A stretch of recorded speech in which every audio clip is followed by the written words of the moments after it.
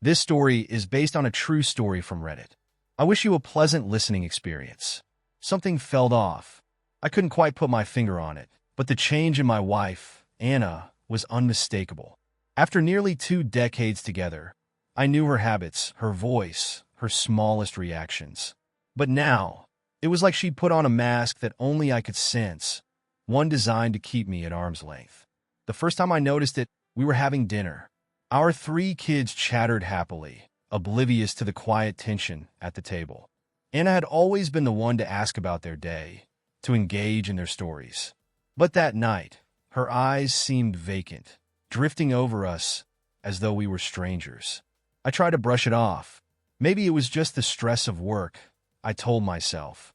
Or maybe the sadness that had lingered ever since her parents passed away, one after the other, over those 2 grim years. I wanted to understand, so I gave her space. Took over with the kids more, picked up the slack where I could, even when it meant late nights in our son's room, keeping an eye on him after his latest flare-up from his condition. That was how it began, with little sacrifices that grew into bigger ones. Months went by. Our bedroom turned into a space of missed glances, nights spent on opposite ends of the bed, and eventually separate rooms. I hoped it was a phase, something time would fix, but time only pushed us further apart. And by the time COVID-19 shut down the world, it felt like she'd built a wall around herself, one that only grew thicker each day. She stopped talking, stopped laughing. I remember standing outside her door, listening to her speaking softly over the phone, her voice laced with a warmth I hadn't heard in years. One day, in an effort to break through to her, I suggested a family trip to the coast, somewhere familiar, where we could just be together away from the stress of everything. She agreed, but as the weeks passed, she stayed withdrawn, lost in thoughts she wouldn't share. One evening, I came back from work and found her hunched over her laptop in the living room, her eyes flicking up at me before darting back to the screen. I reached out, grazing her shoulder. "Anna," I began softly. "Is everything okay? You've been distant." She stiffened, but didn't look at me. "Work has just been a lot lately," she said, barely glancing in my direction before slipping away into the night. But her coldness didn't keep me away. Every day, I tried to reach her, to remind her that I was still there, still in love with her, still the man she'd chosen all those years ago. I cooked her favorite meals, left notes in the house, and on some days, just tried to catch her eye with a smile. But no matter what I did, her gaze passed through me, as if I'd become a shadow in my own home. And then came the day that changed everything. One late autumn afternoon, while driving a woman to her hotel downtown, I overheard her speaking to a friend on the phone. Her voice was low, almost conspiratorial, and yet, in the quiet of the car, every word landed like a stone in my stomach. "You know, he still has no idea," she said, laughing softly. "He's busy playing his video games at night, barely notices when I leave." There was a pause, and then, "Yes, tonight, definitely. He's in town. And yes, we will." For the rest of the drive, my mind raced. I told myself it was nothing, that I was imagining things, that this was just a stranger's story and not a mirror of my own life. But that night, when I came home, my mind wouldn't let go of the woman's voice, or the feeling that I was holding a fragile rope with nothing but silence at the other end. The night after I heard that woman's conversation in the car, I couldn't shake the unease. I lay in bed, staring at the ceiling, Anna's absence beside me a heavy reminder of how far we drifted apart. Her side of the bed still smelled faintly of her, a mix of lavender and something warmer, something uniquely hers.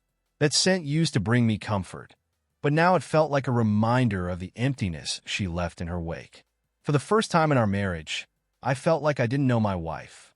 The silence between us was no longer filled with quiet understanding, but instead with a tense, uneasy stillness. Every conversation we had was shorter, stilted, the words punctuated by glances at her phone or distant stares. Even when we were together, she was somewhere else. The next morning, she sat at the kitchen table with her coffee, scrolling through her phone.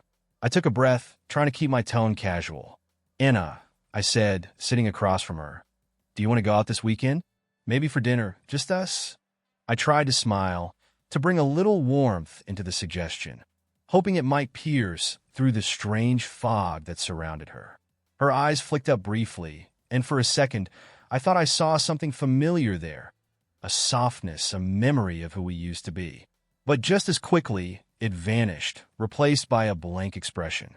"I'm not sure, Matt," she murmured, glancing back down at her phone. "Work's been hectic, and I need to catch up on some things." "Work again," I echoed, forcing my voice to remain steady. "Seems like work is all you have time for these days." She shot me a look, a faint flicker of annoyance crossing her face. "You know how important my job is to me," she said, her tone clipped. "Especially now, with the business trying to bounce back after the pandemic." I nodded, feeling the familiar pang of helplessness. She was right, of course. Her job had been a lifeline for her, especially after her parents passed. But what about us? I wanted to scream, to make her see that I was still here, waiting, holding onto the frayed edges of our marriage while she drifted further and further away. Instead, I watched her get up from the table and head upstairs, her phone still clutched tightly in her hand. Days turned into weeks, and with each passing day, the distance between us grew. She spent more and more time on her laptop, glued to her phone, working late into the night with what seemed like a single-minded focus. I tried everything I could think of to reach her, leaving notes in her bag, making her favorite meals, even booking a babysitter one night, hoping we could go out and just talk. But she had an excuse each time, a reason to avoid any real conversation. One night, after another failed attempt to get her attention, I went to bed alone, wondering if this was it. If this was how our marriage was going to end, not with a bang, but with a gradual, silent unraveling. Then, one evening, I came home after a late shift with Lyft, exhausted but determined to talk to her. I opened the front door, the familiar scent of our home greeting me. But something was off. It was too quiet. I walked through the house, calling her name, but there was no answer. In the kitchen, a half-empty glass of wine sat on the counter beside her phone. She'd left it behind, something she never did. I picked it up, my hand shaking slightly. The screen was still lit, showing a series of messages, the last one time-stamped just a few minutes ago. The words jumped out at me, searing into my mind. "I miss you. Can't wait to see you." And then, the one that made my stomach twist. "I wish we could be together without all these lies." For a moment, everything froze. My hands trembled as I scrolled up, reading message after message, each one like a dagger to my chest. She had been texting someone for months, hiding it behind the guise of work, of late nights, of endless excuses. All the little doubts, the lingering suspicions, they were all here in these messages. I dropped the phone onto the counter, stumbling back as if I'd been punched. The reality of it washed over me like a tidal wave, crushing me under its weight. Anna, my wife of 19 years, the woman I had built my life with, was having an affair. A storm of emotions welled up inside me. Anger, betrayal, heartbreak. I wanted to scream, to break something, anything, just to let out the pain that had clawed its way into my heart. But all I could do was stand there, frozen in the middle of our kitchen, feeling my world crumble around me. The sound of the front door opening pulled me back to the present. I looked up, and there she was, standing in the doorway, her eyes widening as she saw me, her phone lying on the counter in front of me. Our eyes met, and for the first time in months, I saw something real in her gaze, a flicker of fear, of guilt, of recognition. She knew. She knew I'd found out. In that silent, tension-filled moment, I didn't know what to say. All the love, all the years we had shared, seemed to hang in the air between us, heavy and brittle, ready to shatter at the slightest touch. And for the first time, I wondered if there was anything left to save. I stood there, gripping the edge of the counter, feeling my heart pound as Anna's gaze flickered between me and her phone. She closed the door behind her, as if stalling, her hand lingering on the knob. I could see it in her face, a mix of shame and dread. For the first time, she looked as vulnerable as I felt. The silence stretched between us, thick and stifling, until I couldn't bear it any longer. "Who is he?" My voice sounded strange.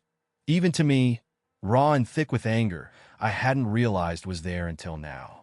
Anna flinched, her mouth opening as if to say something, but nothing came out. She finally looked away, eyes darting around the room, as though searching for an escape. She wasn't going to answer. That much was clear. Anna, I said louder this time, my voice almost a growl. Who is he? She exhaled slowly, her shoulders slumping. Matt, please. Can we talk about this later? Her voice was soft, almost pleading, as if that could erase the betrayal carved deep into me. But I wasn't about to let her off so easily. Later, I repeated, my voice rising. When, Anna? When were you planning to tell me? Were you ever planning to tell me? Or was this just going to keep happening behind my back? She closed her eyes, rubbing her temples, her silence like fuel to the fire that had ignited in me. Every second she avoided the truth was another jab, another twist of the knife. I didn't want this, she whispered finally, barely audible. It just happened. Her voice cracked, and she pressed her lips together, like she was trying to hold back tears. I laughed bitterly, shaking my head. It just happened? The words tasted like ash. 3 years, Anna. This has been going on for 3 years. Don't tell me it just happened. A single tear slipped down her cheek, and for a moment, I felt a stab of sympathy. But I shoved it aside. I had loved this woman, built my life with her, sacrificed for her. And this was what she had been doing, sneaking behind my back, feeding me lies while giving herself to someone else. I don't even know who you are anymore, I said, my voice breaking. How could you do this? She dropped her gaze, her fingers twisting together as though she could wring an explanation out of thin air. I was lost, she began, her voice barely above a whisper. After my parents died, I felt like I was drowning. And you were so busy with the kids and work and in video games, anything but me. I needed someone, Matt. I clenched my jaw, anger boiling over. So you found someone else? Someone who wasn't me. Her head jerked up, and for a moment, a flash of defiance appeared in her eyes. I tried to talk to you, but you shut me out. You weren't there when I needed you. You didn't even notice when I was breaking apart. She stopped, her face softening. I don't blame you, Matt. I don't. But that's how it started. The words hit me like a punch. I opened my mouth, but the words stuck. Had I really failed her like that? Had I been so wrapped up in keeping our family going that I'd missed the signs of her unraveling? I felt the anger dissipate, leaving behind a strange, hollow ache. Do you even love him? I asked finally, my voice so low I barely heard it myself. I didn't know if I could stand her answer, but I had to know. Anna hesitated, and in that pause, I felt the final threads of trust unravel. She finally looked at me, her eyes red-rimmed, and shook her head slowly. No, she whispered. No, I don't love him. I wanted to feel alive again, like I mattered to someone. Her words stung, each one a fresh wound. But there was a flicker of something I couldn't ignore, a raw, painful honesty I hadn't seen in years. In that moment, I realized that the person standing before me was just as broken as I was. For all her betrayal, she was a stranger to herself as much as she was to me. But what about us? I managed to ask, my voice trembling. What does this mean for us? She swallowed, her lips pressing together. I don't know, Matt. I don't know if we can fix this. I don't even know where to begin.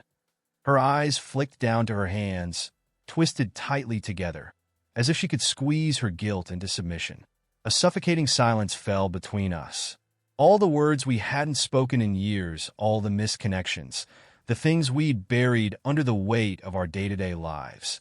They all rushed to the surface now, threatening to drown us both. I wanted to scream, to curse, to make her feel the depth of my pain. But as I stood there, looking at this woman I had once loved so fiercely, I realized that I was just tired. Tired of fighting. Tired of pretending everything was okay. Tired of holding on to a marriage that had become nothing more than a hollow shell. I think you should go, I said, my voice barely a whisper. The words felt final, like a door slamming shut. Anna looked at me, shocked but nodded. She picked up her phone, glancing at me one last time. I'm sorry, Matt, she whispered, the words hanging in the air like a ghost. Then, without another word, she turned and walked out the door, leaving me alone in the quiet, empty house. As the silence settled around me, I felt an overwhelming sense of loss, a yawning chasm where our life together had once been.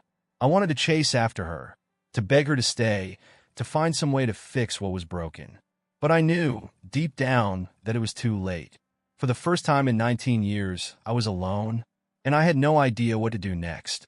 After Anna walked out, I stayed in the kitchen, staring at the empty doorway. It was quiet, so quiet it felt like the walls were pressing in on me.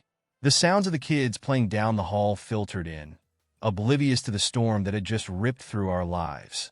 I felt suspended in a nightmare, trapped in the reality of my wife's betrayal, a betrayal that I never saw coming but somehow felt. Deep down, I should have known. I sat at the table, head in my hands, piecing together the years we'd spent drifting apart. Every small slight, every unspoken hurt, it all seemed to line up now in a timeline of missed chances and lost love. I remember the nights I spent working late, so sure she understood that I was doing it for us. And the times I played games instead of coming to bed with her, thinking she'd be there waiting whenever I was ready. But she hadn't waited. Not really. The next few days passed in a haze. Anna stayed with her sister, and I tried to carry on as normally as possible for the kids. The routine was a thin veneer over the emptiness that seemed to have moved in, filling every room. I put on a brave face for the kids, making sure they felt the stability of home, even if my heart was barely holding up. But as I lay awake at night, all I could think of was her. How she had gone to another man, how she'd let someone else hold her, touch her. The images crept into my mind unbidden, each one twisting deeper. I hated that it hurt this much, hated that my mind kept circling back to her, like an addict looking for one last fix. I tried to talk to a few close friends, but their reactions only deepened my shame. One suggested that I should forgive her for the sake of the kids, that people make mistakes, that marriages could recover from things like this. You've built a life together, he reminded me, his voice calm but firm. You owe it to your family to at least try. But I didn't know if I could. Every time I pictured Anna, the betrayal flared up all over again, burning through whatever affection I had left. Was this even a choice I could make alone? Part of me thought it would be easier to simply walk away, to cut off from her and the memory of us, to start over with a fresh slate. And yet, the years we'd spent building this life, the moments of laughter and joy we'd shared, they weren't something I could just erase. One night, after putting the kids to bed, I sat in our empty living room, the silence pressing down on me like a weight. My gaze fell on the family photos lining the wall, pictures that captured happier times. There was one of Anna and me from the early days of our marriage, arms wrapped around each other, her head nestled against my shoulder. We looked so young, so full of hope. Seeing it now, it felt like staring at strangers. The doorbell rang, snapping me out of my thoughts. I got up slowly, not in any hurry to greet whoever was there. I opened the door to find Anna standing on the porch, her face drawn and pale. She looked fragile, like a stranger in her own skin. She hadn't texted or called, hadn't given any indication that she'd come back.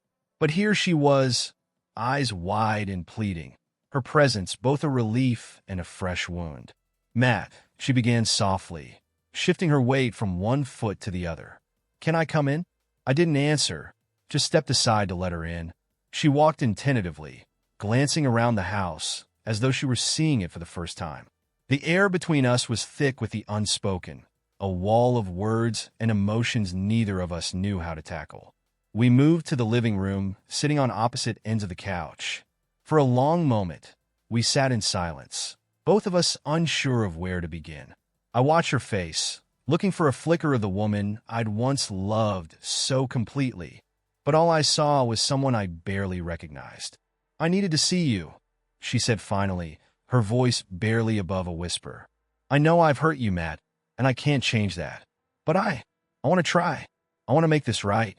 I stared at her, unable to believe what I was hearing.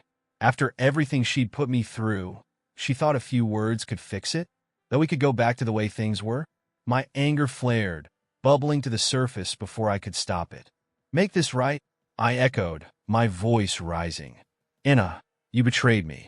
You lied to me for years. How can you possibly expect me to believe anything you say now?" She flinched, her gaze dropping to her hands. "I know," she murmured, the words filled with regret. "I know I don't deserve your trust. But, Matt, I want to try. For us. For the kids." The mention of the kids hit me hard, chipping away at my resolve. I'd spent so long focusing on the pain she'd caused me that I hadn't really thought about them. How our family falling apart would shatter their world too. And I hated that she could use that as leverage, knowing it was the one thing that might make me stay. "What do you want me to say, Anna?" I asked, my voice rough. "That I forgive you? That I can somehow forget everything you've done?" She shook her head slowly, her eyes glistening with unshed tears. "I don't expect you to forgive me, Matt. I don't even know if I deserve it. I just want a chance to be a family again." Her words lingered in the air, each one a painful reminder of everything we'd lost. A part of me wanted to tell her to leave, to finally cut ties and walk away from this mess.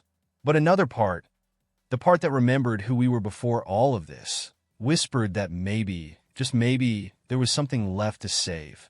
As I sat there, staring at the woman I once loved, I knew I had a choice to make, a choice that would change everything.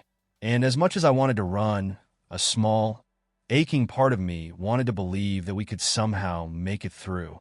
The days after Anna's return to the house were cautious, filled with a tense sort of politeness, like we were two strangers trying to avoid bumping into each other in a tight space.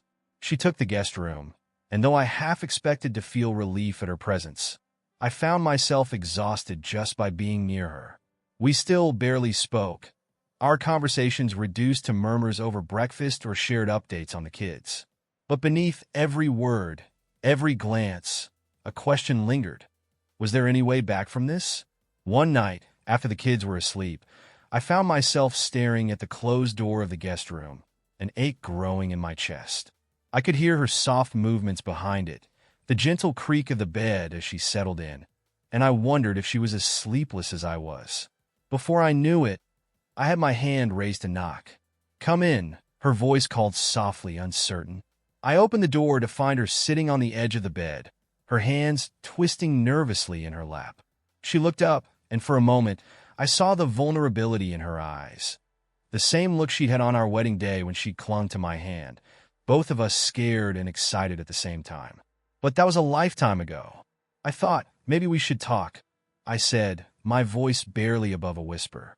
She nodded, shifting to make room beside her. I took the spot, sitting close but careful not to touch her, feeling the weight of years between us. We sat in silence for a moment, each of us struggling to find the words to break through the wall of pain and betrayal that had grown between us. "Why did you come back?" I asked finally, unable to hold the question back any longer. Anna exhaled, her hands trembling slightly. "Because this is home. Because I can't picture my life without you and the kids.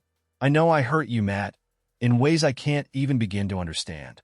But leaving it felt wrong, like running away from the mess I made." I stared at her, trying to make sense of what she was saying. "You think coming back is enough?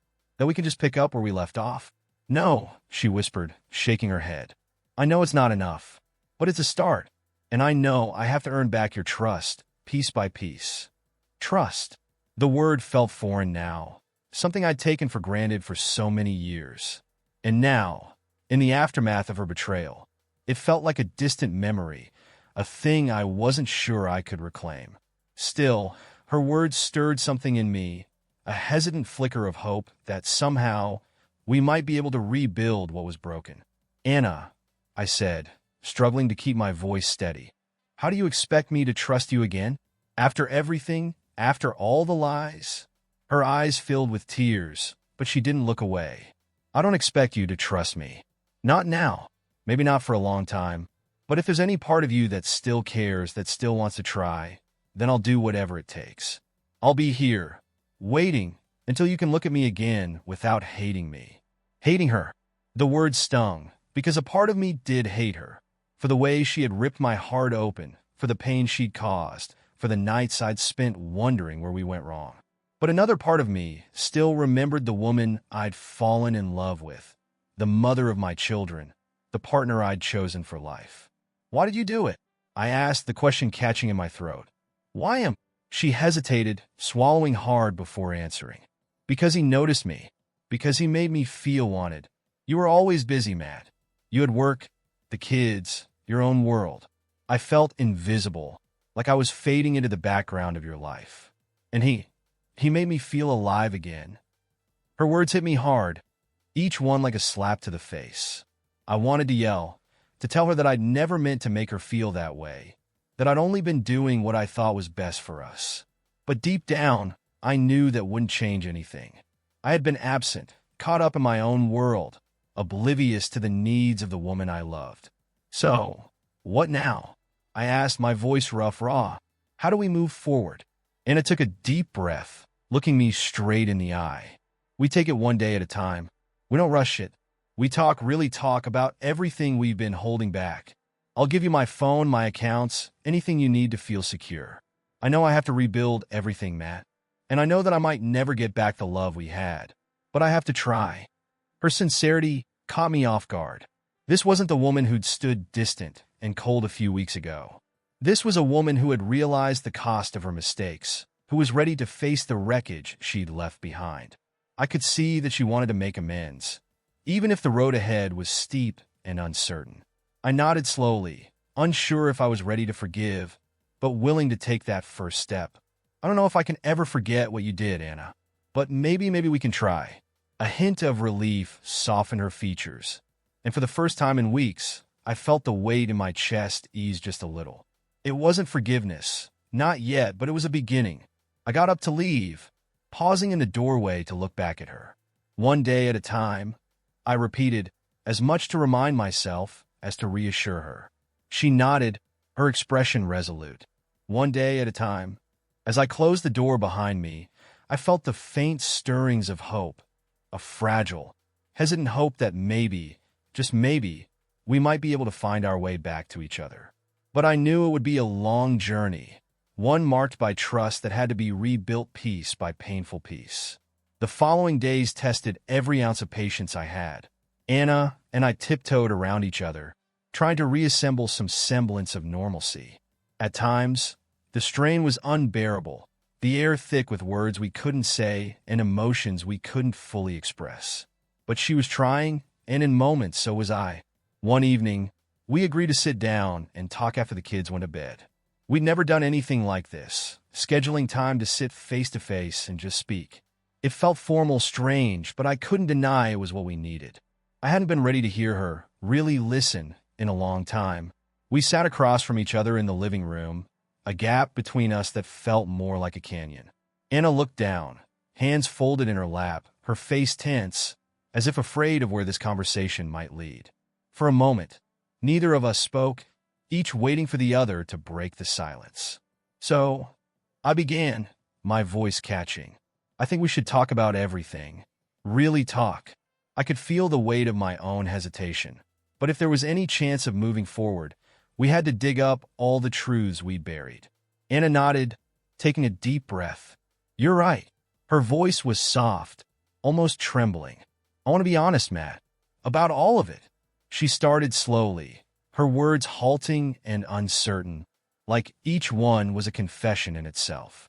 She described how the affair had begun, how he'd offered her a shoulder to lean on, a friend to turn to. It had started innocently, she claimed, just two people bonding over shared work stresses and life's hardships. But soon, the lines blurred, and what was once a friendship became something darker, deeper. He made me feel noticed, she whispered, her voice breaking slightly. I felt like I was finally seen, that I mattered. I listened, a part of me recoiling at each word.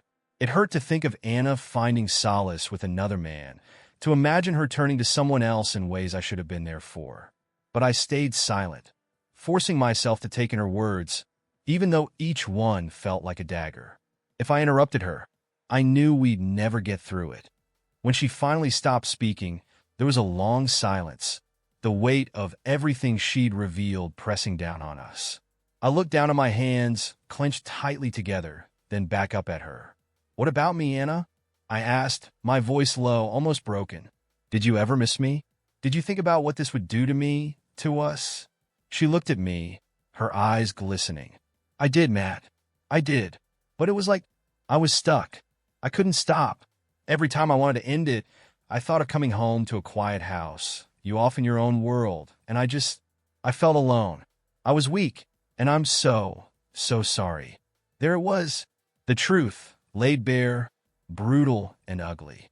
I wanted to be angry, to throw her words back in her face, to tell her she was selfish, cruel, and 100 other things that she'd made me feel. But what would that solve? We both made mistakes. Maybe hers had broken us.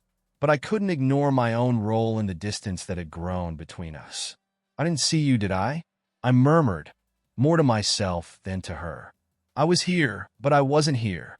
I was wrapped up in my own world, thinking that as long as I was doing things for the family, you'd be okay, that you'd wait. She reached over, her hand hovering near mine before pulling back. "We both got lost somewhere along the way, Matt. But I don't want to be lost anymore. I want us to find each other again." Her words lingered, striking a chord I hadn't expected. It was so simple, yet something we'd ignored for so long.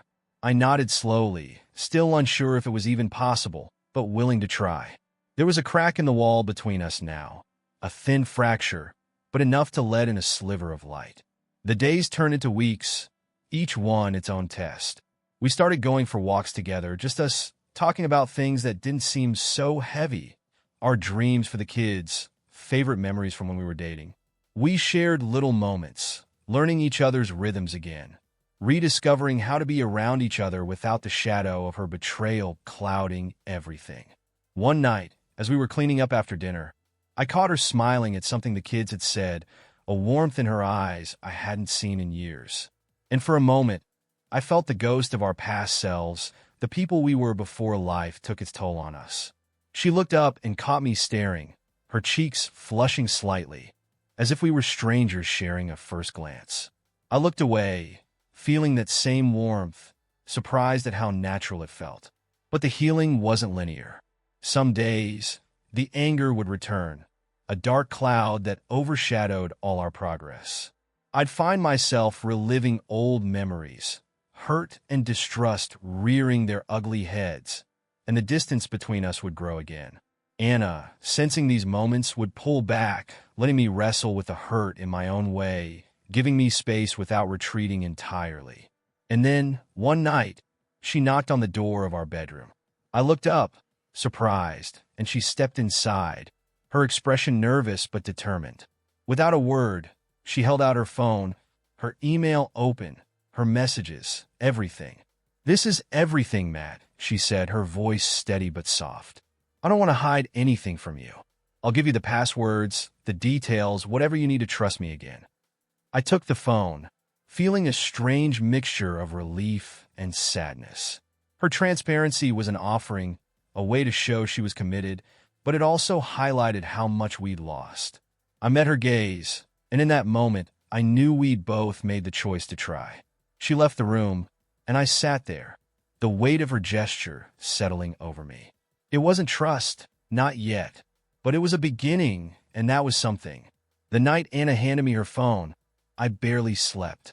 I lay in bed with her phone in my hand, staring at the screen, at the endless apps, the blinking notifications, her carefully organized folders.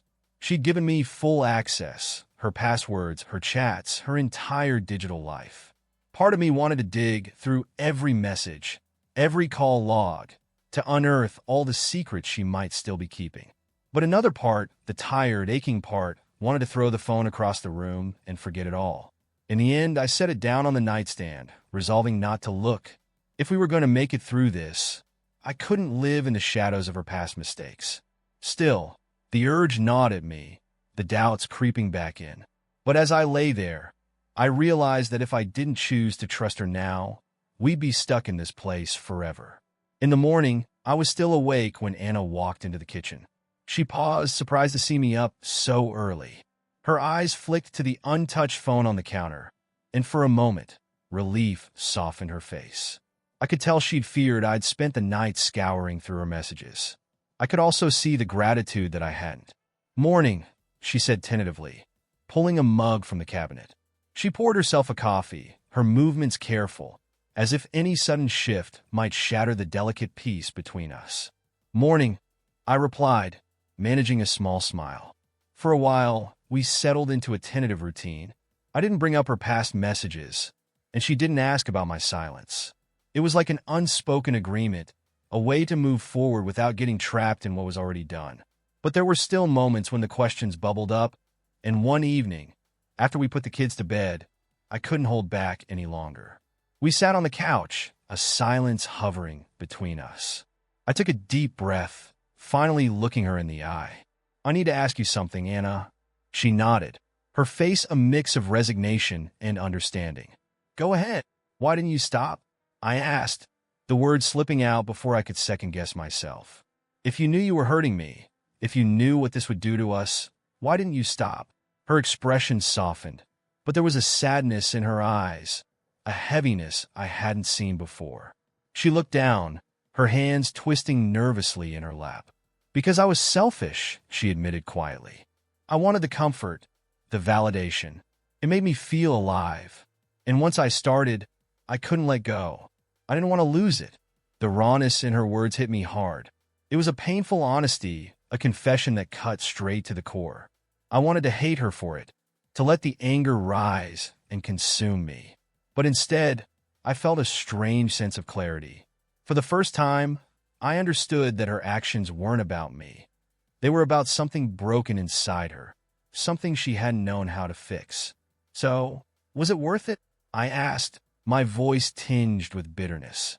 "Was the thrill worth everything we've lost?" She shook her head slowly, tears glistening in her eyes. "No, Matt, it wasn't. It's cost me everything I cared about, and I'll regret that for the rest of my life." Her voice trembled, and I could see the weight of her guilt, the remorse that had settled into every line of her face. It was a side of her I hadn't allowed myself to see until now, a glimpse of the pain she carried, even as she'd inflicted pain on me. After a long silence, I leaned back, staring at the ceiling. "How do we come back from this?" I asked, more to myself than to her. "I don't know," she replied softly. "But I'll be here every step of the way, if you'll let me. I'll do whatever it takes to make things right." Her words were earnest, her face open and vulnerable. I wanted to believe her, to let go of the resentment that still simmered under the surface. But the hurt was still there, a constant reminder that things would never be the same. Even so, I nodded, willing to take one more step forward, even if it felt impossible. We spent the next few weeks relearning each other, one tentative conversation at a time. We spoke about things we hadn't touched on in years. Our dreams, our fears, the small, silly moments that used to make us laugh. There were still moments when bitterness crept in, when the weight of her betrayal made me pull back. But each time, she met my distance with patience, willing to give me space without letting go entirely. One evening, as we were sitting on the back porch, watching the kids play in the yard, Anna reached over, taking my hand in hers. It was a simple gesture, one that once would have felt natural. Now it felt monumental. I glanced at her, surprised, and she gave me a small smile, her thumb brushing gently over my knuckles. "I miss this," she said softly. "Just being together like this." For a moment, I didn't reply. I looked at her, really looked at her, and saw the woman I'd fallen in love with, hidden beneath the hurt and the regrets. She wasn't the same, and neither was I, but there was something between us that felt familiar, a glimmer of the bond we'd shared before everything went wrong.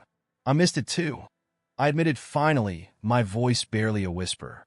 Her hand tightened around mine, and for the first time in a long time, I felt a flicker of hope, a tentative, fragile hope that maybe, just maybe, we could find our way back to each other.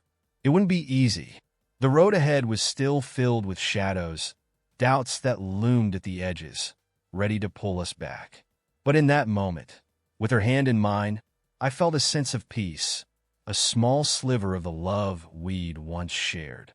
As the sun dipped below the horizon, casting a warm glow over the yard, I knew we had a long way to go. But for the first time, I believed that we might be able to make it through one step at a time. And in that quiet moment, I chose to keep walking forward, hand in hand with the woman who had broken my heart, but who was now determined to mend it, piece by fragile piece. Over the next few months, we slowly began rebuilding a life together. It was a strange, fragile process, like piecing together a shattered vase, knowing it would never look quite the same. Some days felt almost normal, like we'd stepped back into a life untouched by betrayal. Other days, the memories of her affair flared up, dragging me into a darkness I couldn't shake, and we'd retreat to separate corners of the house, letting the distance between us settle back in. But we kept at it, clinging to the tentative peace we'd managed to find. It wasn't perfect, but it was something, and that alone felt like progress. One Saturday afternoon, we decided to take the kids to a nearby lake. It was the kind of outing we used to do often, loading up the car with snacks, towels, and sunscreen, the kids chattering with excitement in the back seat. But this time it felt different. There was a lightness between Anna and me, a subtle shift that hinted at a fresh beginning. When we arrived, the kids ran toward the water, laughing and shouting, their joy infectious. Anna and I followed slowly, spreading out a blanket on the shore. I watched her as she settled beside me, her face relaxed, eyes soft. She looked different now, worn maybe, but in a way that was somehow honest, like she'd shed a mask she'd been wearing for years. As we sat side by side, watching the kids splash in the water, I felt a pull to bring up something I'd been holding back. It was a thought that had nagged at me, something I'd tried to ignore, but as our relationship grew more honest, I knew I had to confront it. "Anna," I said, my voice low. She looked at me, her expression open, ready. "Do you ever think about what it was like with him?" The question hung heavy in the air, each word a painful admission of the doubt I couldn't shake.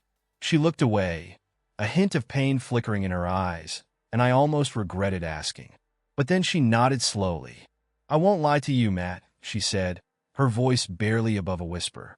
"I do think about it sometimes, but not in the way you think. When I remember it, I feel shame, regret. It's a reminder of the person I don't ever want to be again." Her honesty caught me off guard, and I felt a strange sense of relief. She wasn't hiding, wasn't sugarcoating her mistakes. She was giving me her truth, painful as it was. I nodded, swallowing back the bitterness that rose in my throat. "I don't know if I'll ever be able to forget, Anna. It's like there's this scar that won't heal, no matter how much I try." She reached over, her fingers grazing mine.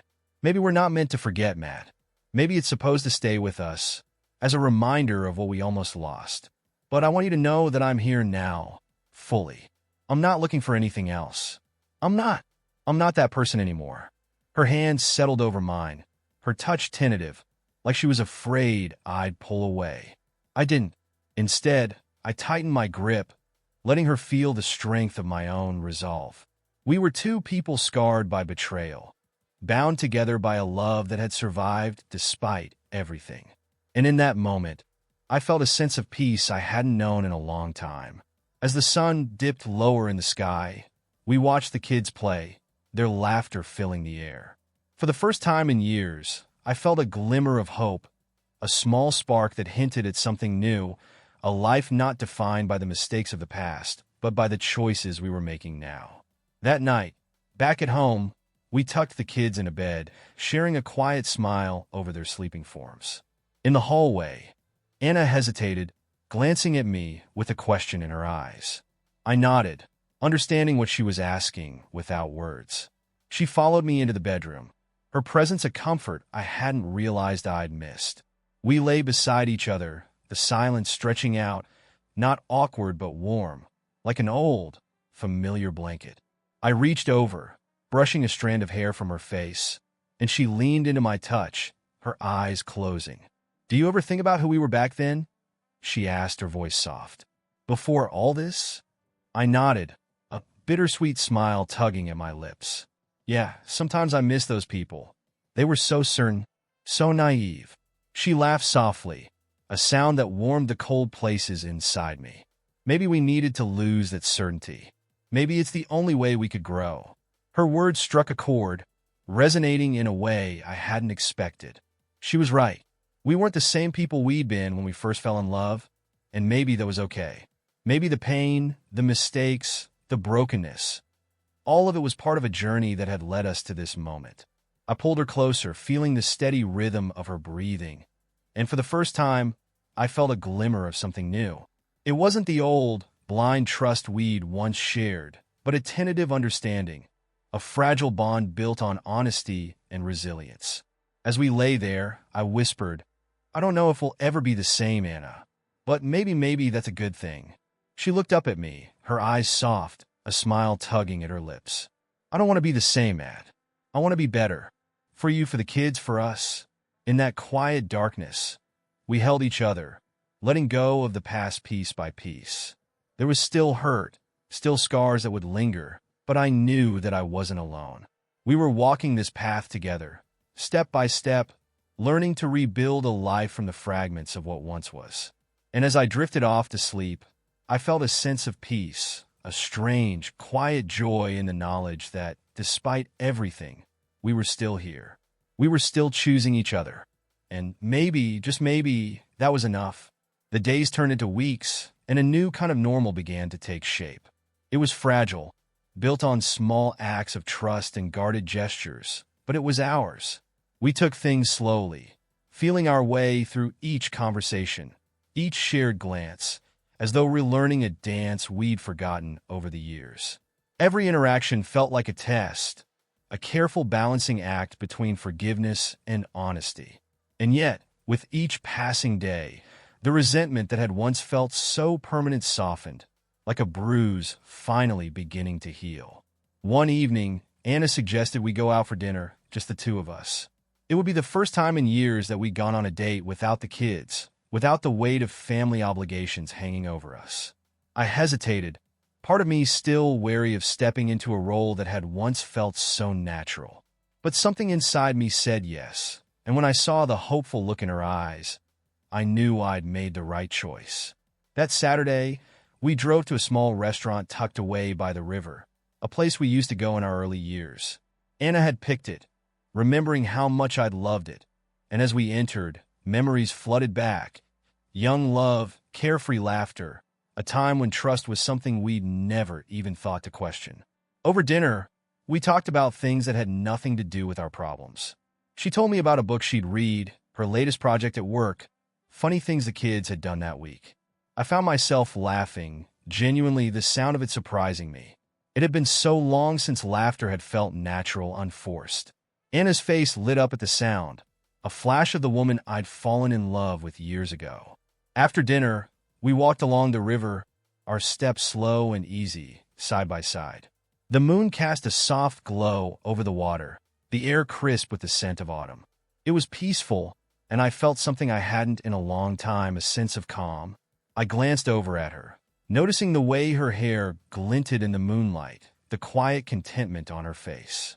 For a moment, it felt as if the past year had been a bad dream, something we could leave behind and step into a new chapter. As we walked, she reached for my hand, her fingers tentative, testing the waters.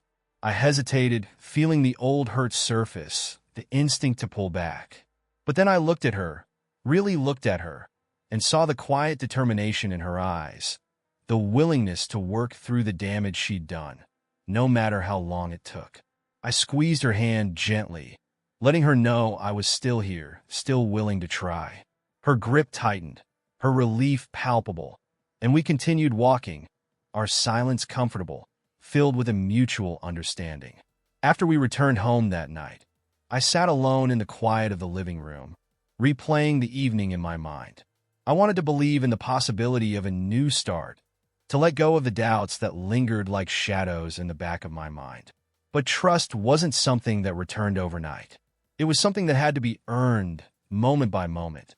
The next day, I found Anna in the backyard, kneeling in the garden, pulling weeds around the flowers she'd planted. She looked up as I approached, her face softening with a small, tentative smile. "Want some help?" I asked, surprising myself as much as her. She nodded, shifting over to make room for me. Together, we worked in silence, our hands moving through the soil, the repetitive motions soothing. It was simple, this act of working side by side, yet it felt like another small step forward, a reminder that we were partners, rebuilding something real. That evening, we sat together in the living room after putting the kids to bed, a quiet companionship settling between us. Anna reached over, pulling a small, wrapped package from her bag and handing it to me. I looked at her, confused. "What's this?" I asked, taking the package from her. She smiled shyly, her eyes glancing down. "Open it." I tore off the paper, revealing a leather-bound notebook. I ran my fingers over the cover, the texture smooth and familiar, a reminder of something long forgotten. "It's a journal," she explained softly. I thought maybe it would help us to write things down, the things we're too afraid to say out loud. Her words caught me off guard, the gesture surprisingly thoughtful. I looked at her, feeling a swell of gratitude, a warmth that pushed back the lingering coldness. "Thank you," I said, my voice quiet. I think that might help." Over the next few weeks, we filled the journal with letters, words we couldn't yet say face to face. I wrote about the pain, the anger, the doubts that still haunted me. She wrote about her regret, her hope, her desire to rebuild what she'd nearly destroyed. Each entry felt like a small release, a way to express what lingered in the shadows, to let go of the things we couldn't carry forward. As the journal filled, so did my heart. The anger began to fade, replaced by a cautious hope. I could see the changes in Anna, the way she reached out to me, her willingness to be patient, to let me heal in my own time. She was different now, stronger, more open, and as the days passed, I felt myself letting go of the past, inch by inch, choosing to believe in the possibility of a future we could build together. One evening, after we'd put away the journal for the night, she looked at me, her eyes filled with a quiet plea. "Do you still love me, Matt?" she asked, her voice trembling. I hesitated, searching for the right words, feeling the weight of her question settle over me. But then I realized that I didn't need the perfect answer. I reached for her hand, holding it tightly, and whispered, "Yes, I still love you, Anna. I choose to stay." Her eyes filled with tears, and in that moment, I knew that, despite everything, we'd made it through. We'd come back to each other, scarred but stronger, ready to face whatever lay ahead. As we sat together in the quiet of our home, I felt a peace I hadn't known in years. It wasn't the love we'd once shared. It was something deeper, more resilient, born from forgiveness and a choice to rebuild, one day at a time. Months passed, and slowly, our lives settled into a rhythm that was both familiar and entirely new. Anna and I kept our ritual of writing in the journal, a habit that became a lifeline for us. We filled its pages with truths we might have kept hidden otherwise, confessions and questions, even dreams for the future. It was strange to communicate this way, but it allowed us to be honest in a way that words spoken face to face sometimes couldn't. One evening, I sat alone on the porch, a cup of coffee warming my hands as I watched the sun dip below the horizon. The kids were asleep, and the house was quiet. Anna joined me a few minutes later, wrapping a blanket around her shoulders as she settled beside me. We didn't speak at first. Instead, we shared the stillness, letting it fill the spaces that had once been filled with hurt and anger. She reached out, taking my hand in hers, and I looked over, catching the soft smile on her face. There was no urgency in her gaze, no hint of doubt, only a calm acceptance, a quiet trust that felt hard-won. It was something we'd both fought for, in our own ways, piece by piece. "Do you remember the night we met?" she asked, her voice gentle. I nodded, a smile tugging at my lips. "You were wearing that red dress, the one with the flowers. I remember you spilled your drink all over it right before we were introduced." She laughed, the sound warm and familiar. I was mortified, but you just smiled and handed me a napkin like it was the most natural thing in the world. Her fingers tightened around mine, her gaze turning thoughtful. I knew that night that I wanted to spend my life with you. I swallowed, feeling a rush of warmth, a quiet gratitude that we were here, in this moment, after everything. I did too, Anna, and I still do. Her smile softened, a hint of emotion in her eyes, and for a moment, I saw her as she'd been then, young, full of hope, untouched by the complications of life. It was a bittersweet reminder of what we'd lost, but also a testament to what we'd managed to hold on to. The days that followed felt like a continuation of that quiet evening. Our life became a balance of forgiveness and growth, an acceptance of the past paired with a determination to move forward. It wasn't perfect. There were still moments when the old hurt surfaced, when a memory or a stray thought brought back the pain. But now, we faced it together, as partners, not as adversaries. When one of us struggled, the other stepped up, offering patience, understanding, and a reminder of the choice we'd made to stay. One weekend, we decided to take the kids on a trip to the mountains, a small getaway we'd talked about for years but never gotten around to. It was Anna's idea, a way to create new memories, something just for us, untouched by the past. As we drove through winding roads and rolling hills, I glanced over at her, watching as she pointed out sights to the kids. Her face lit up with excitement. She was present, fully here with us. And seeing her like that, I felt a surge of love, a warmth I hadn't felt in years. At the cabin, we spent the days hiking, laughing, cooking meals together. Simple moments that reminded me of the family we'd built.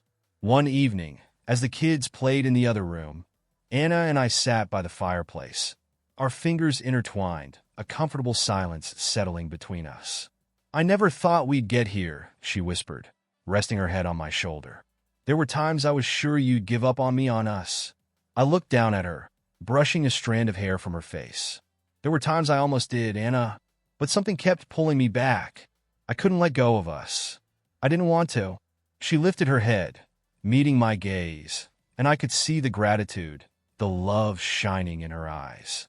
It wasn't the infatuation we'd shared in the early days of our relationship, or the naive love that had carried us through the first years of marriage. This was something different, a love tempered by struggle, one that had endured the fire of betrayal and come out stronger. Our life wasn't a fairy tale. There were scars that would always be part of our story, reminders of a time when we'd nearly lost each other.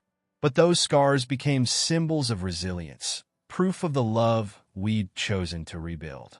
And in that choice, I found a sense of peace, a grounding that made each day feel precious. Months later, on a quiet Sunday afternoon, I walked into our room to find Anna looking through the journal we'd kept. She smiled when she saw me, patting the space beside her. I joined her, and together, we flipped through the pages, revisiting the words that had helped us heal. Each entry was a testament to the journey we'd taken, a map of the pain, forgiveness, and love we'd fought to reclaim.